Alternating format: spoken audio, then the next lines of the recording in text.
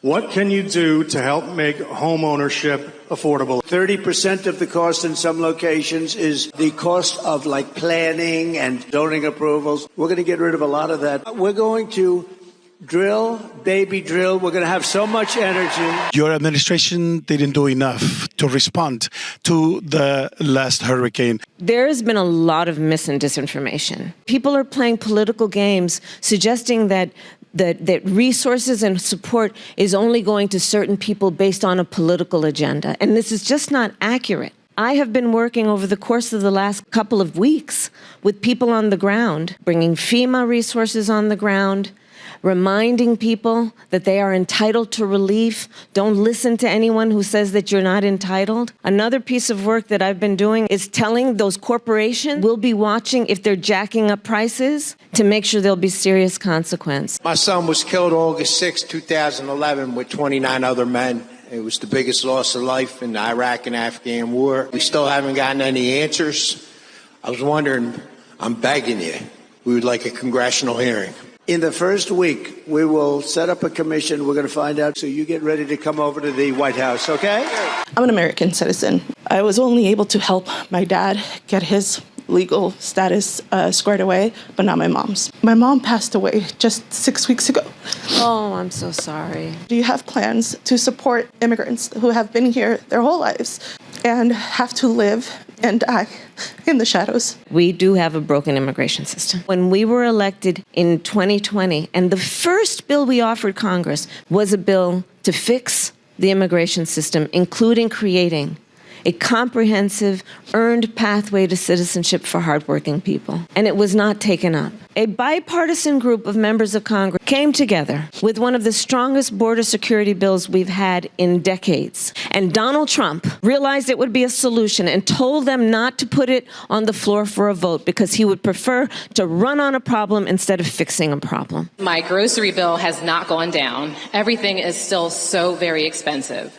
What steps will your administration take to help American families suffering from this inflation? The farmers are very badly hurt. The farmers in this country, we're going to get them straightened out. We're going to get your prices down. But you asked another question about safety. So when millions of people pour into our country, they're having a devastating effect on black families and Hispanic families more than any others. And we're going to close that border so tight, it's going to be closed.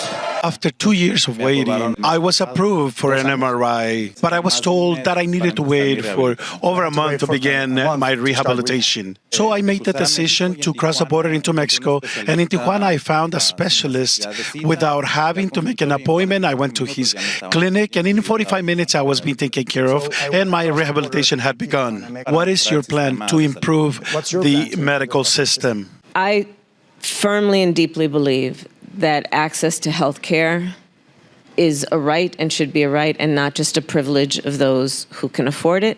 It's about the dignity of people and about the importance of doing what we can as leaders to alleviate suffering. We finally have capped the cost of insulin, for example, at $35 a month. My intention as President of the United States is to now make that available not just for seniors, but for everyone. What's your plan to help bring common sense back and help small businesses that got destroyed by Democrats after COVID? The fact is that, they want to get away from gas. We don't have electric in this country, but we have all the gas you can use. We have oil and gas. That's what we have. Your costs will be down, and we're getting rid of all the and if you want electric, great. And if you want gas, great. The only thing you can't have is a hydrogen car. They say it's great, but it's got one problem. You know what the problem is? Every once in a while, one will blow up. I'm 62 years old and currently homeless. In 2020, I had a heart attack. Then I got diagnosed with long COVID. I lost my job, my income. I had no choice but to apply for Social Security disability. It's been 3 years. I've been waiting for a decision. Because of no income, I lost everything. I have no health insurance. I can't get medical treatment that I need. How will you help the disabled people so that they can get insurance? I was actually part of pushing to make sure that long COVID is now recognized under the Americans with Disabilities Act, allowing you and people who have long COVID to be eligible for disability benefits. People, through no fault of their own, experience a serious illness and then they acquire all these bills and debt. That medical debt can be used against your credit score. Your credit score, as we know, will determine your eligibility for everything from a small business loan to whether you qualify for a lease on an apartment. The unfairness of it, and this is what I intend to change, is that medical debt is not a measure of how responsible you are with money. It's about the fact that you experienced an emergency. It's cost the average American family $4,500 just in energy costs. Just in energy costs. Okay. Hold it, we have please. some. A doctor, please. Doctor, thank you very much. Some problems. Some problems. That looks a little bad. If they could play Ave Maria, if you can get it, Justin, let's go if you can. He's going to be okay. We have nice music. We're together. Not bad. Yes. Not bad. You earn your candidacy without going through the normal process. It seems something unprecedented. President Biden made a decision that I think history will show was probably one of the most courageous that a president could make, which is he decided to put country above his personal interest. I am honored to have earned the Democratic nomination. It is incredibly important that we have the President of the United States who honors the oath that they take to support the Constitution of the United States. Donald Trump has said he will be a dictator on day one. He will strip the Department of Justice of its independence and put in and hire across the board, instead of career public servants, his people. The whole situation, including your point, is a bit unprecedented. But this is an unusual time where we are literally having a choice as the American people. Do we support a democracy and the Constitution of the United States? Or are we going to go on the path of somebody who is a sore loser and lost the election in 2020 and tried to undo the will of the American people in a free and fair election? How are you going to handle the deportation of criminals? Criminal Aliens Act of 1798, that's a long time ago. And it gives the president tremendous power to do what has to be done to secure our country. The number one issue this country has... Do you want me to go tell them so it's not a microphone?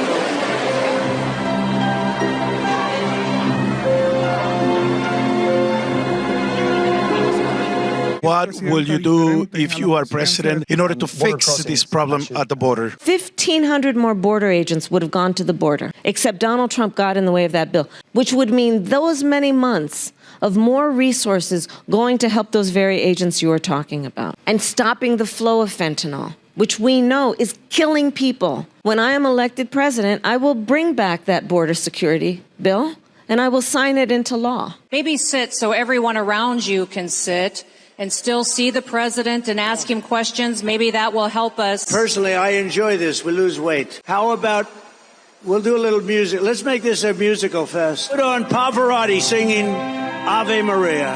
Nice and loud. Turn it up louder. We want a little action here. Turn it up louder.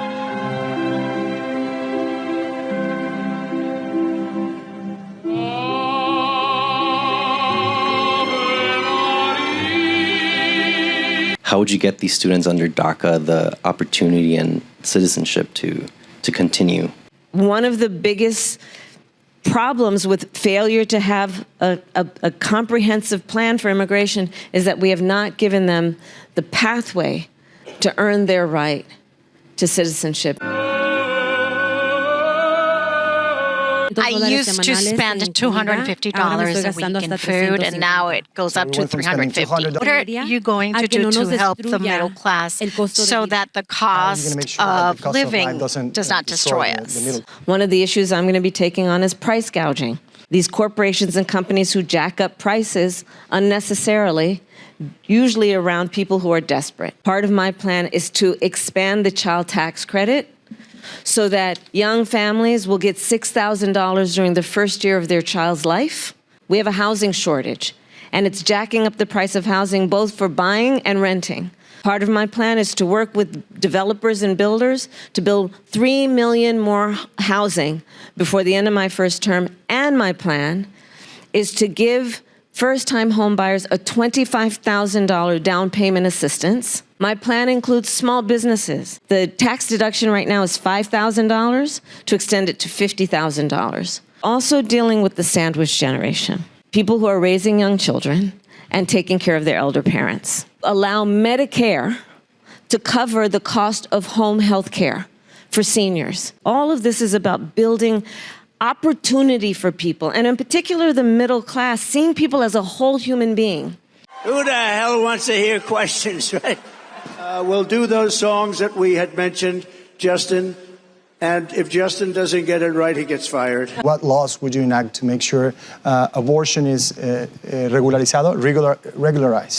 You don't have to abandon your faith to agree the government should not be telling her what to do with her body. If she chooses, she will talk with her priest, her pastor, her rabbi, her imam, but not the government. There are certain decisions, especially over heart and home, that the government should just not be making for us. People who are trying to get in vitro fertilization treatment, IVF, finding it more difficult or being denied. Because of these laws, women are having miscarriages in parking lots. I've met women who wanted to have a baby, go then out of an emergency because they're having a miscarriage to a hospital and denied care because the doctors there are concerned they may be put in jail. I will proudly sign back into law the protections of Roe v. Wade, which basically just says it's the person's decision, not the government's decision.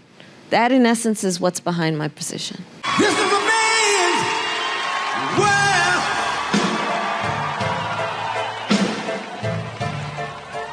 This is a man's world. Give me 3 virtues that President Donald Trump has. I know that the vast majority of us have so much more in common than what separates us. And part of what pains me is the approach that, frankly, Donald Trump and some others have taken, which is to suggest that it's us versus them, whoever that may be. I don't think that's healthy for our nation, and I don't admire that.